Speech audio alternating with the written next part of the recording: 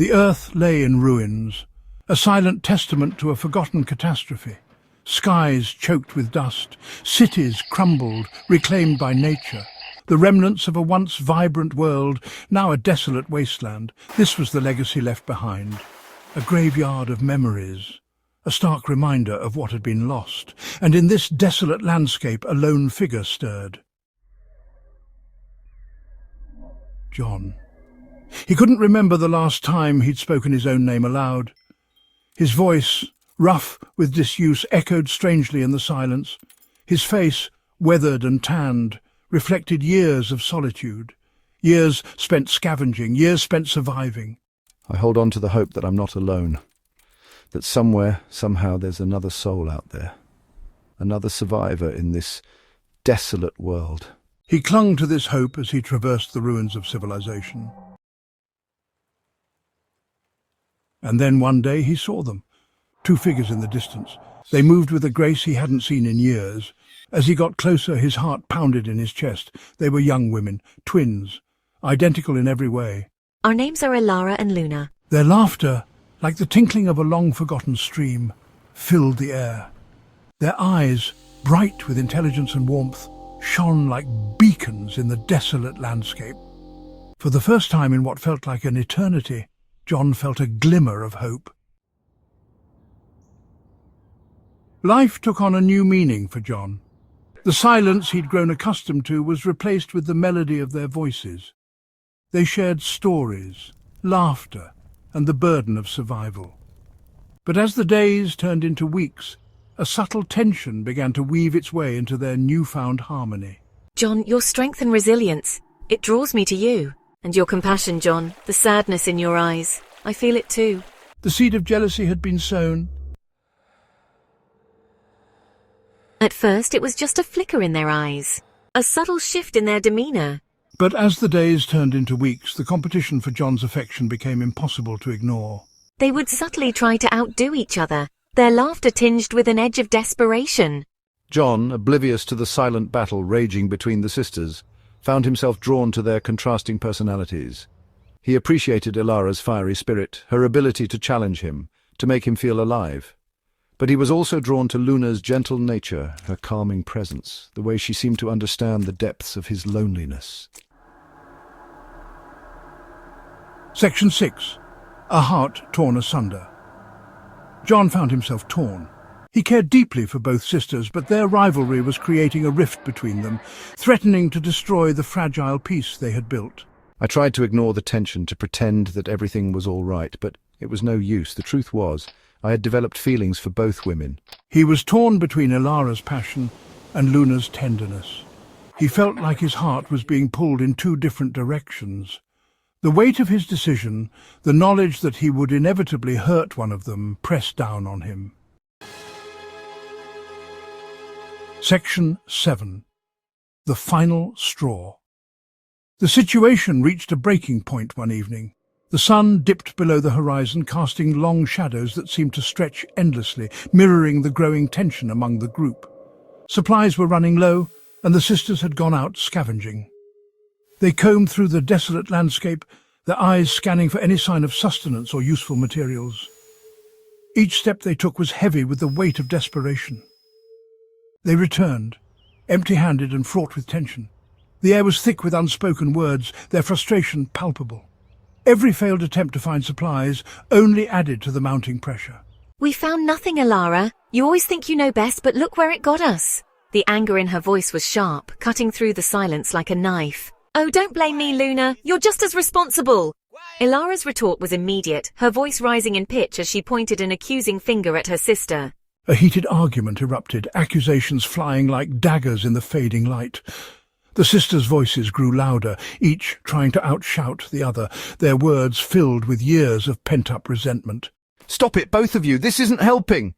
John's voice was desperate, his attempts to calm the situation futile against the storm of emotions. John watched in horror as the argument escalated, their words laced with years of unspoken resentment and jealousy. He could see the pain in their eyes, the hurt that had been buried for so long now surfacing with a vengeance. He tried to intervene, but his words were lost in the maelstrom of their anger. It was as if he was invisible, his presence insignificant in the face of their fury. You've always been the favourite, Luna. I'm sick of it. Ilara's voice cracked with emotion, her words revealing the deep-seated jealousy that had festered over the years. And then, Ilara, her face contorted with rage, struck Luna. The blow was swift and unexpected, a culmination of all the bitterness and anger that had been building up. The final straw had been drawn, and there was no turning back. Section 8. A Choice Made. In the heart of the forest, where the trees whispered secrets and the wind carried tales of old, a moment of reckoning unfolded. Luna crumpled to the ground, her knees giving way as if the weight of the world had suddenly become too much to bear. Her eyes wide with shock and betrayal, she looked around as if searching for answers in the faces of those around her. A heavy silence descended upon them, the kind that makes every breath feel like a thunderclap in the stillness. Broken only by Luna's soft sobs, the sound of her heartbreak echoed through the clearing, a poignant reminder of the fragility of trust. "Luna, are you okay?" John's voice cut through the silence, filled with a mix of urgency and concern. John rushed to Luna's side, his heart pounding in his chest. He had never seen her like this, so vulnerable and broken. His anger at Ilara warring with his concern for Luna. He made his choice, a decision that would shape the course of their lives. "Come on, Luna, let me help you." His voice was gentle but firm, a lifeline in her moment of despair. He gently helped Luna to her feet, his touch reassuring and steady. She leaned on him, drawing strength from his presence. His gaze never leaving Ilara, who stood a few paces away, her expression unreadable. The tension between them was palpable. He realized in that moment that while he admired Ilara's strength, her unyielding resolve, it was Luna's compassion that he craved. It was Luna's empathy, her ability to feel deeply and care unconditionally, that drew him to her like a moth to a flame. Luna's empathy was a balm to his soul, soothing the wounds that life had inflicted upon him. In her arms he found solace, a beacon of hope in the darkness. Luna's presence was a reminder that even in the bleakest of times, there is light to be found. Section 9. Hope Rekindled. In the midst of the desolation, a new day began to break, casting a golden hue over the ruins of what once was a thriving city. The sun, a symbol of renewal and hope, rose steadily, promising a fresh start amidst the remnants of the past.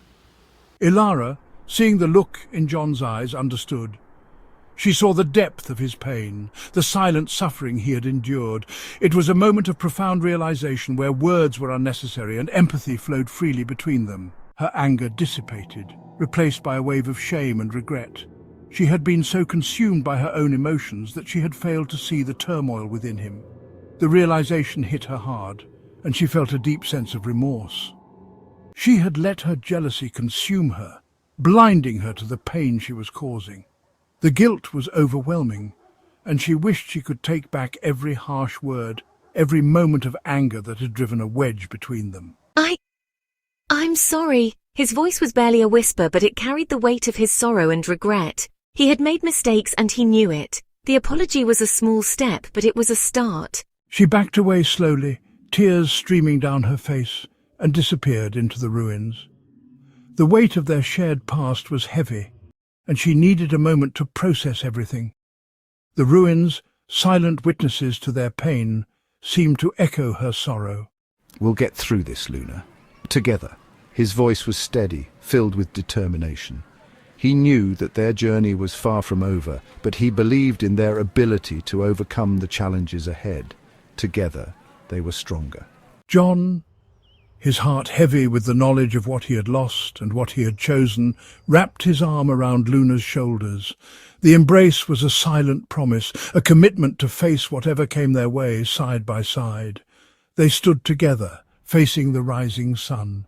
Two souls bound by love and loss, their hope for a future together flickering amidst the ruins of a forgotten world.